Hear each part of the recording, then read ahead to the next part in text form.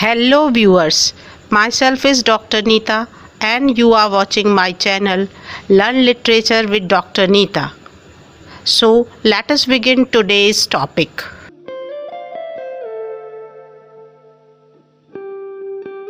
Dear students, आज जानेंगे structuralism के बारे में। स्ट्रक्चरलिज्म एक क्वाइट कॉम्प्लेक्स लिटरेरी थियरी है और एक वीडियो में वो नहीं बनाई जा सकती। There would be more than one parts of this theory and in this first part we would study some basic idea about structuralism.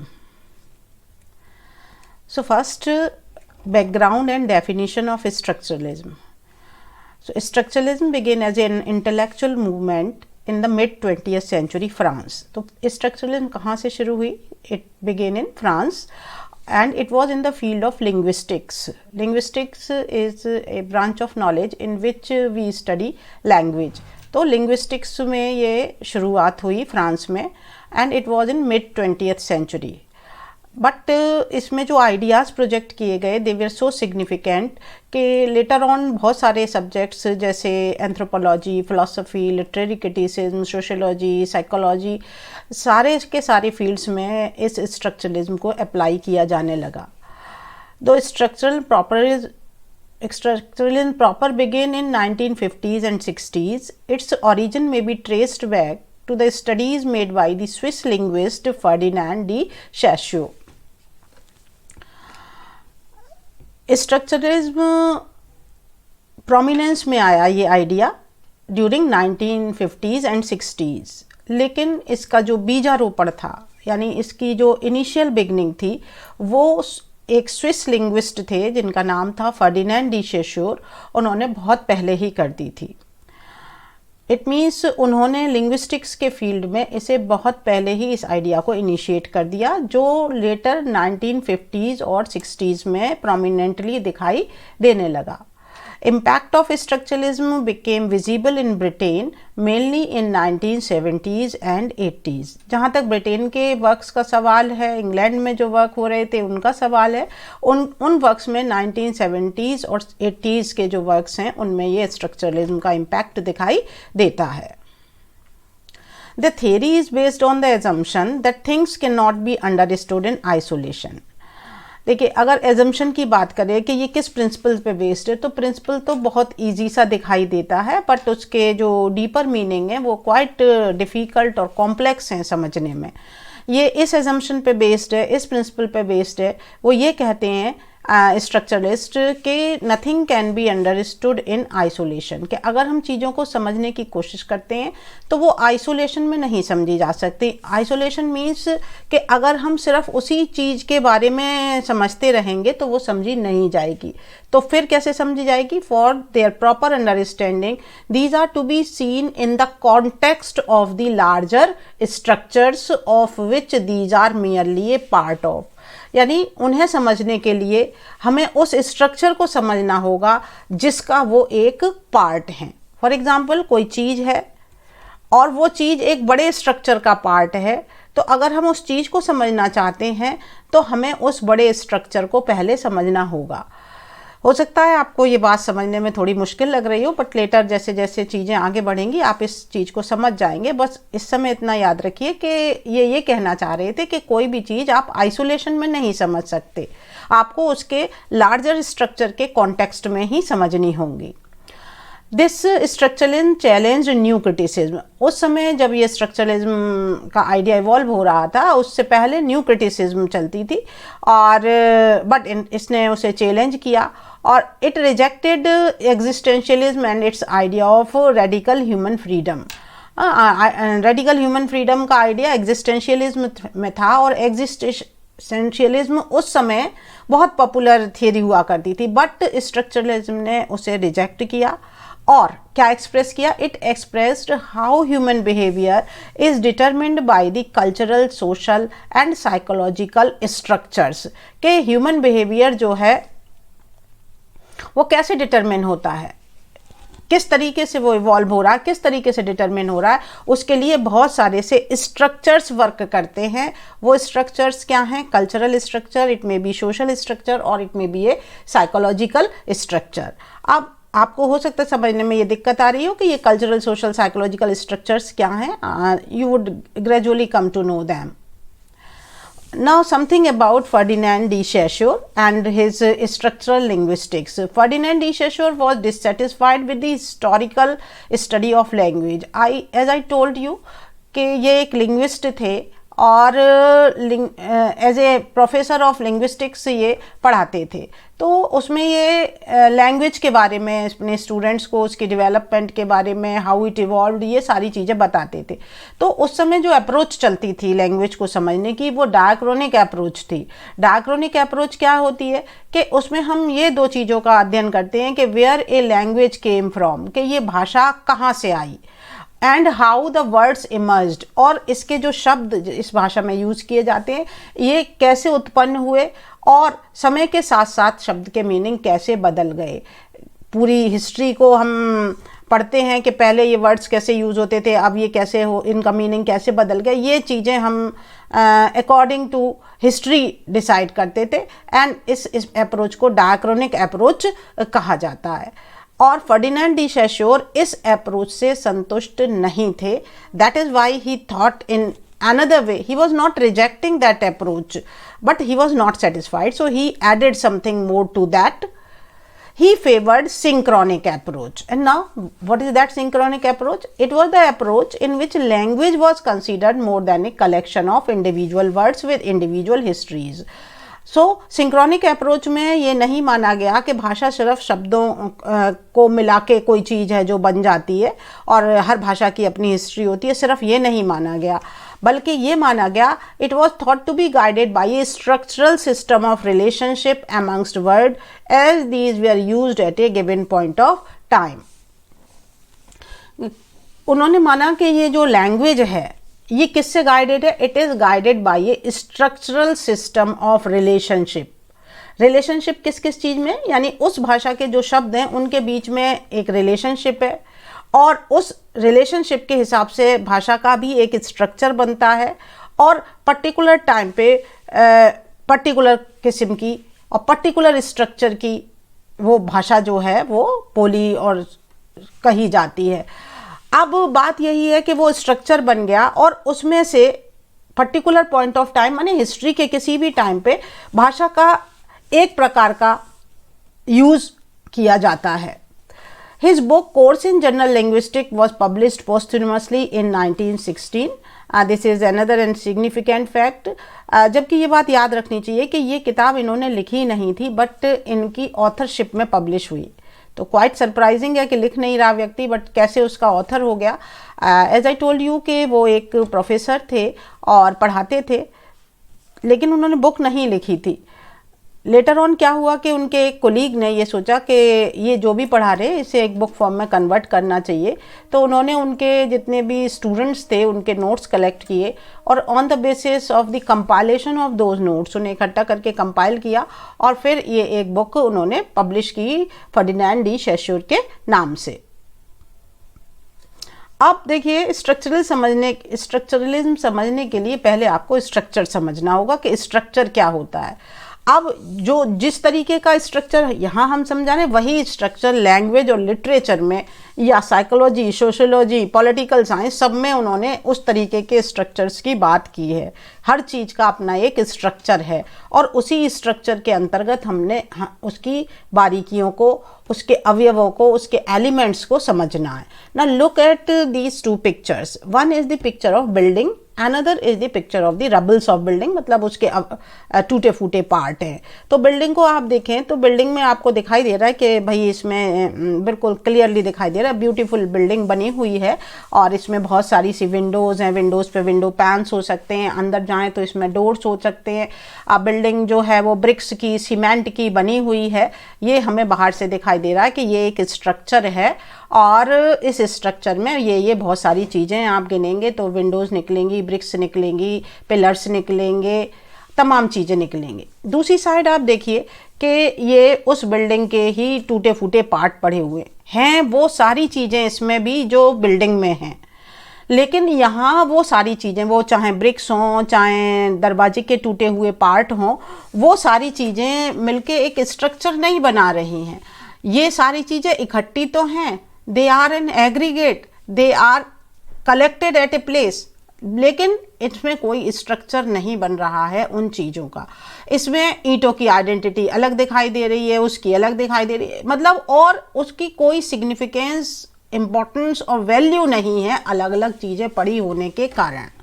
Now look at this picture, this window is there, this is the part of this building, so this window is quite significant when it is fitted in this structure.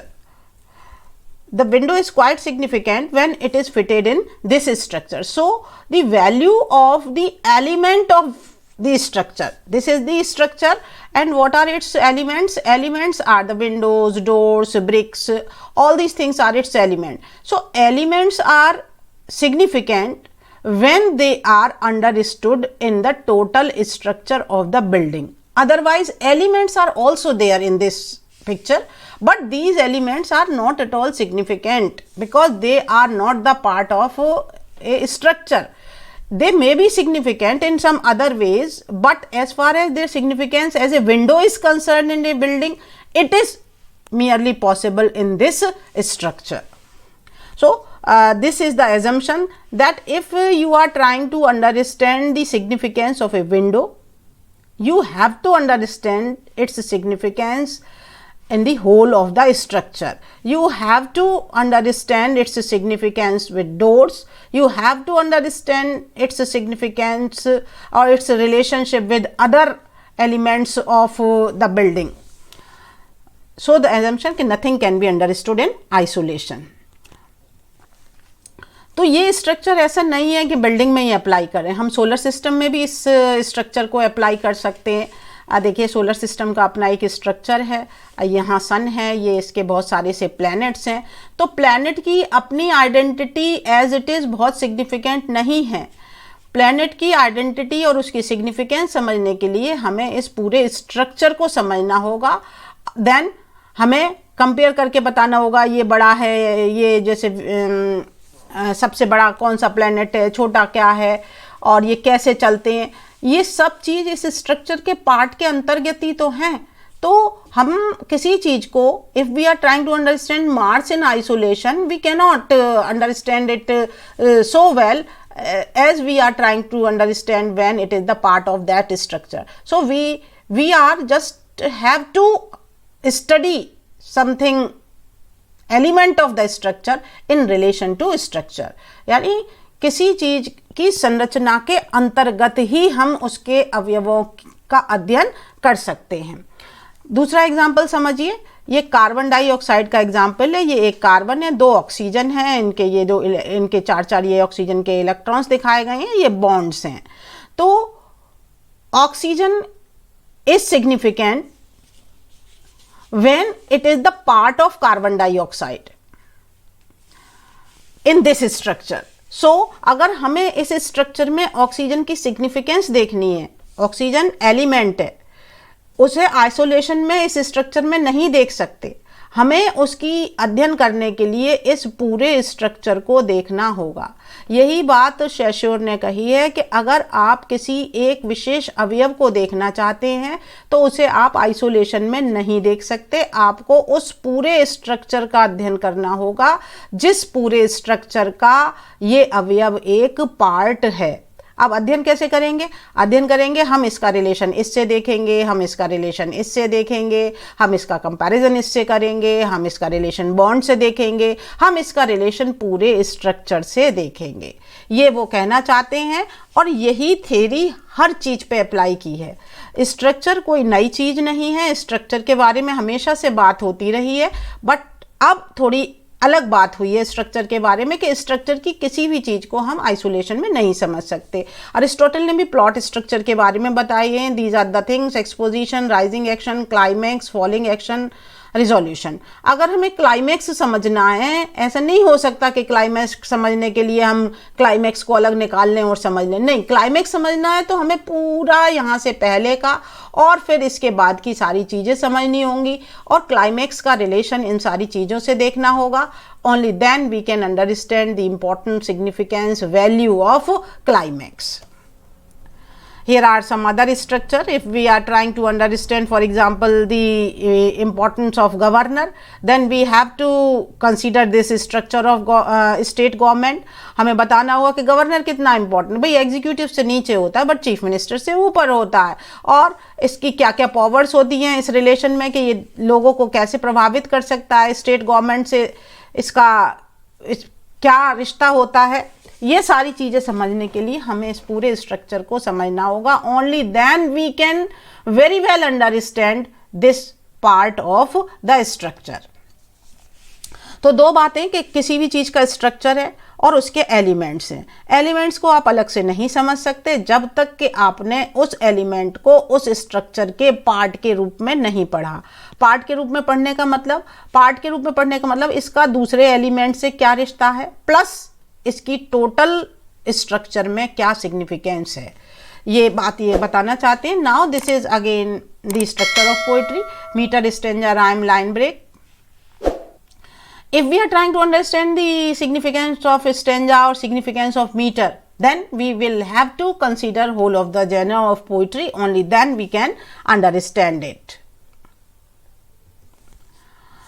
So now ये summing up है उसी चीज़ की जो मैंने अब तक बताई। Structure made up of constituent parts और elements और components, कुछ भी कह लीजिए, which are always subservient to structure as a whole। ये बात याद रखिएगा कि अब दो चीज़ें हो गई, वन हो गया स्ट्रक्चर, अनदर हो गया उसका कॉन्स्टिट्यूएंट पार्ट और द कंपोनेंट। अब इन दोनों में क्या चीज़ ज़्यादा सिग्निफिकेंट है अकॉर्डिंग टू डी शैश्योर। तो डी शैश्योर ने कहा कि जो उसके पार्ट्स हैं, जो उसके एलिमेंट्स हैं, जो उसके कंपोनेंट्स हैं, वो हमेशा कम इम्पॉर्टेंट हैं in comparison to the whole of the structure. They are always subservient, it means in their powers, in their capacity, they are less in comparison to the whole of the structure. So in the structure of the building, as I told you, what is significant? The building is significant, the structure of building is significant in comparison to the individual door or individual window. These parts have no relevance or meaning outside the structure in the same way as these used to have within it. ये बात बता चुके हैं कि किसी भी चीज़ का meaning और रेलेवेंस और वैल्यू जब तक ही होती है जब तक कि वो स्ट्रक्चर का पार्ट है। आउटसाइड द स्ट्रक्चर उसकी वो वाली मीनिंग और वैल्यू नहीं होती जो इनसाइड द स्ट्रक्चर होती है। Their relevance is perceived not because of any inherent quality but because of their relation with the other constituent and system as a whole. अब किसी भी पार्ट का, स्ट्रक्चर के किसी भी पार्ट का, स्ट्रक्चर के किसी भी कंस्टिट्यूएंट पार्ट का और एलिमेंट का और कंपोनेंट की इम्पोर्टेंस इसलिए नहीं है कि उसके अंदर कोई विशेष क्वालिटी है, नहीं, बल्कि उसका रिलेशन कैसा है उसकी बाकी दूसरी चीज़ों से और पूरे के पूरे स्ट्रक्चर से। इस बात पे डिपेंड करेगा कि ये जो अवयव है, ये जो एलिमेंट है, ये जो कॉन्स्टिट्यूएंट पार्ट है कितना इंपॉर्टेंट और सिग्निफिकेंट है। The relation between the constituent part is guided by the arbitrary rules devised to a particular structure. अब आप जितने सारे एलिमेंट से कोई भी स्ट्रक्चर बना है, उन स्ट्रक्चर का आपस में क्या रिश्ता है? क्या ये किसी प्रिंसिपल से गाइडेड होता है या ये अपनी मनमर्जी का? नहीं, it is guided by arbitrary rules जो उस पर्टिकुलर स्ट्रक्चर के लिए बनाए गए हैं। आर्बिट्रेरी रूल्स मीन्स वो हमें किसी ने बता के नहीं भेजे, बल्कि हमने अपनी सुविधा के लिए, अपनी आसानी के लिए उन्हें रूल के तरीके से समझा और उन्हें बनाया है। फॉर एग्जाम्पल आप समझ सकते हैं कि जैसे कोई बिल्डिंग है और बिल्डिंग में हमें खिड़की लगानी है। अब खिड़की लगानी है, किस जगह लगाएं खिड़की? तो ये किस पे डिपेंड करेगा किस जगह लगाएं? जो बना रहा है उस पे, या जो उसमें बनाने के बाद रहेगा उसकी इच्छा पे कि भाई यहाँ खिड़की होनी चाहिए, कितने ऊपर होनी चाहिए। तो अब मान लीजिए हमने देखा कि 2.5 फीट पे खिड़की लगी तो वो ठीक ठाक सी तरीके से वर्क कर रही है, तो हमने सोचा कि नहीं भाई इसी हिसाब से सारे कमरों में लग जानी चाहिए।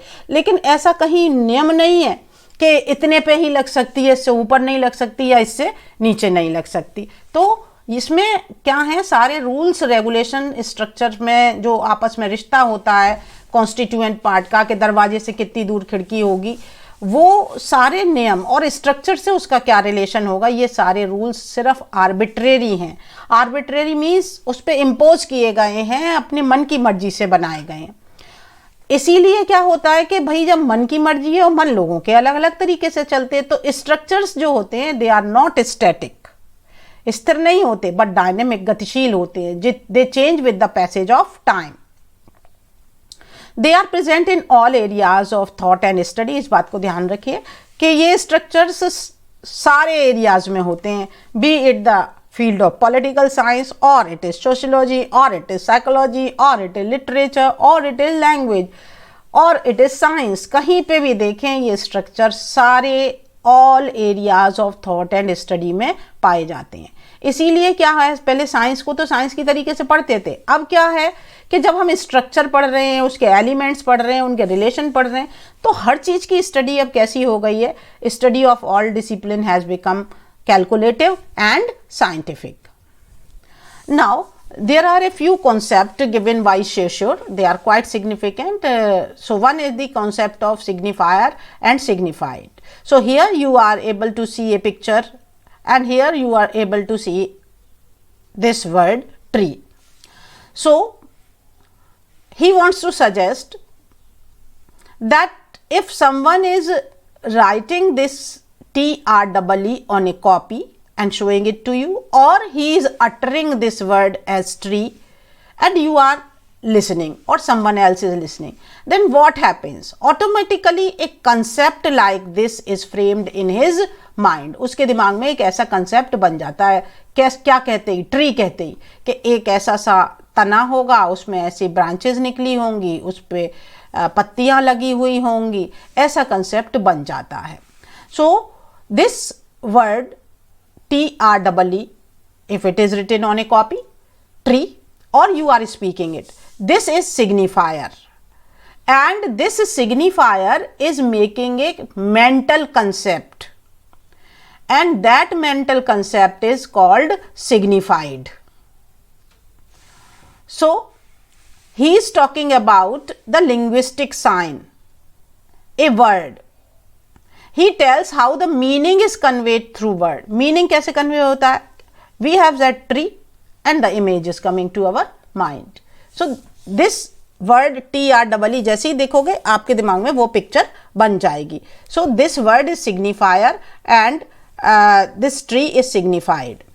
Signifier may be words spoken or written on the page or an image or any facial expression. Signified is the concept that signifier refers to. ये मैंने बता दिया. Together the signifier and signified make up the sign which is the smallest unit of meaning.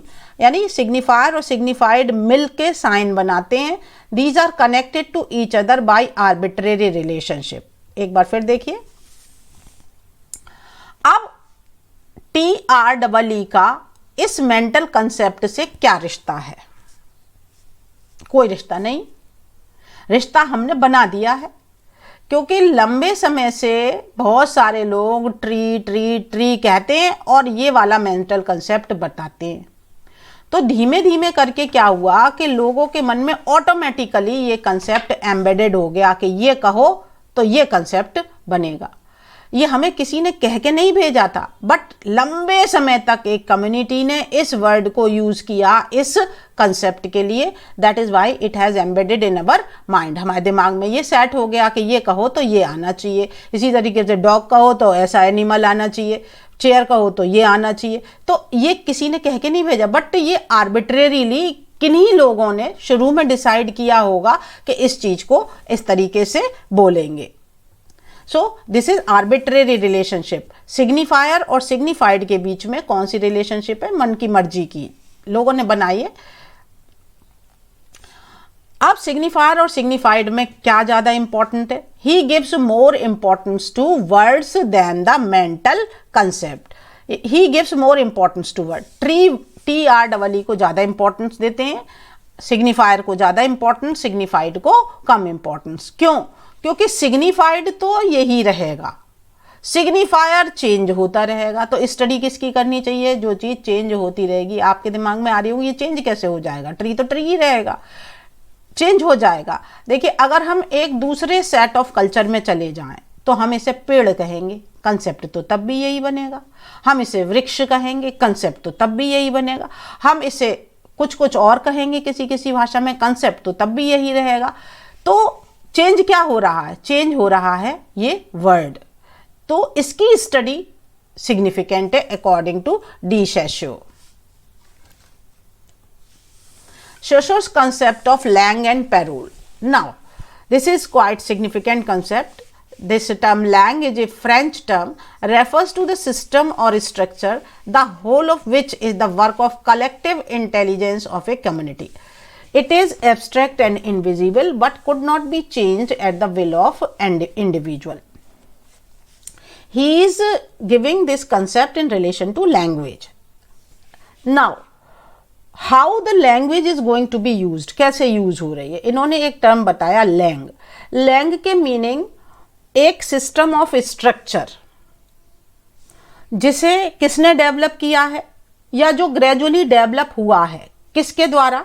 By the collective intelligence of a community. लोगों ने collectively कुछ words सोचे, बोले, और जैसे मैंने बताया आपको ट्री बोला गया होगा, चेयर, टेबल, बहुत सारे से वर्ड्स धीमे धीमे बोले गए और वो collective intelligence of a community के रूप में एक बड़ा सा स्ट्रक्चर बनाते हैं। The structure of language, this word is for that, this rule is for that. इस तरीके से ग्रामर और वर्ड्स धीमे धीमे करके पूरी कम्युनिटी ने इकट्ठे मिलके एक बड़ा सा स्ट्रक्चर बना लिया, दैट इज लैंग। नाउ, अब आप हैं या कोई इंडिविजुअल है तो उसे वो वर्ड्स पता है, उसे वो ग्रामर पता है, उसे वो रूल्स रेगुलेशंस पता है, जो ग्रेजुअली बहुत सारे लोगों ने जनरेशन आफ्टर जनरेशन उसे बनाते रहे। अब आज की तारीख में हम क्या बोल रहे हैं? कोई भी इंडिविजुअल अगर बोलता है तो क्या करेगा कि उन्हीं वर्ड्स में से, उन्हीं ग्रामर के रूल्स में से कुछ चीजें जो अपने हिसाब से है वो बोलेगा। तो उसे क्या कहेंगे? जो एक पॉइंट ऑफ टाइम पे बोली किसी इंडिविजुअल ने, parole. Parole refers to the individual utterance single man द्वारा, और speech which totally depends on the will of speaker. अब लैंग और पैरोल में क्या अंतर है? देखिए कि लैंग जो है ये चेंज नहीं की जा सकती, यानी वो जो रूल्स, वो जो वर्ड्स कलेक्टिव इंटेलिजेंस का पार्ट हैं, जो एक बड़ा सा स्ट्रक्चर ऑफ लैंग्वेज बनाते हैं, उसे चेंज नहीं कर सकते। अब उसमें से क्या सिलेक्ट करेंगे, कैसे बोलेंगे, लेकिन लेंगे उन्हीं रूल्स और वर्ड्स के हिसाब से चीज़ों को, वो डिपेंड करता है on the will of speaker. आप कुछ चुनेंगे, कोई दूसरा जना कुछ चुनेगा, एंड वो जो स्पीच है that is known as parole. तो पैरोल क्या हुआ? पैरोल मीन्स जो इंडिविजुअल बोल रहा है, तो इंडिविजुअल जो बोल रहा है वो भी किसका पार्ट हो गया? वो उस एक बड़े स्ट्रक्चर का पार्ट हो जाता है। एक बड़ा स्ट्रक्चर है लैंग, जिसे डेवलप किया है किसने?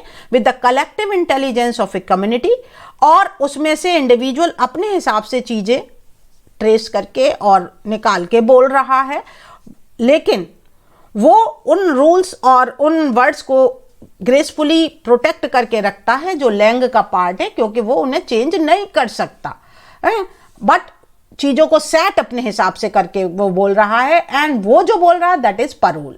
तो वही वाली बात आ गई, एक बड़ा स्ट्रक्चर है और उस बड़े स्ट्रक्चर का एक छोटा सा पार्ट है payroll. According to Shosher, there could be no meaningful utterance without following the norms of Lang. यानी Lang को बिना फॉलो करे हम कोई भी मीनिंगफुल utterance नहीं बोल सकते। इट मीन्स Lang के जो रूल्स हैं, Lang के जो वर्ड्स हैं, वो हमें याद रखने ही चाहिए।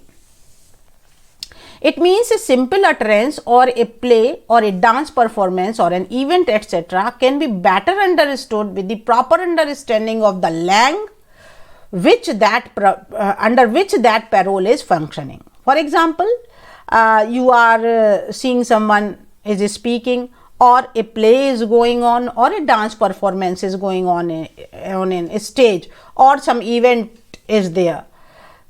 उसे समझने के लिए आपको क्या करना होगा? Better understood with proper understanding of the langue, यानी उसकी लैंग क्या है, उसका वो बड़ा वाला स्ट्रक्चर क्या है, जिसमें से वो छोटी सी घटना, छोटा सा प्ले, छोटा सा डांस, छोटी सी स्पीच निकाल के बोली गई है. तो हम सिर्फ उस खाली स्पीच की बात नहीं कर सकते, हमें करनी होगी बात किसकी? उस टोटल स्ट्रक्चर की जिसके अंतर्गत वो पैरोल आता है. Saussure also states about binary opposites as human mind could perceive difference more readily in terms of opposite. चलिए. Saussure also states about binary opposite. Now, what are binary opposites? Binary opposites are the words with the help of which we could make others understand a particular word. Saussure says that human mind can easily understand binary opposites. That is why binary opposites are used by us to make someone understand a particular word. For example, if we are saying this is day and someone is asking what is day, then we would tell, you know, night. What is not night is day. If we are trying to make someone understand, this is man. Who is man? That which is not woman. जो woman नहीं है वो man है. जो रात नहीं है वो दिन है. जो गोरा नहीं है वो काला है.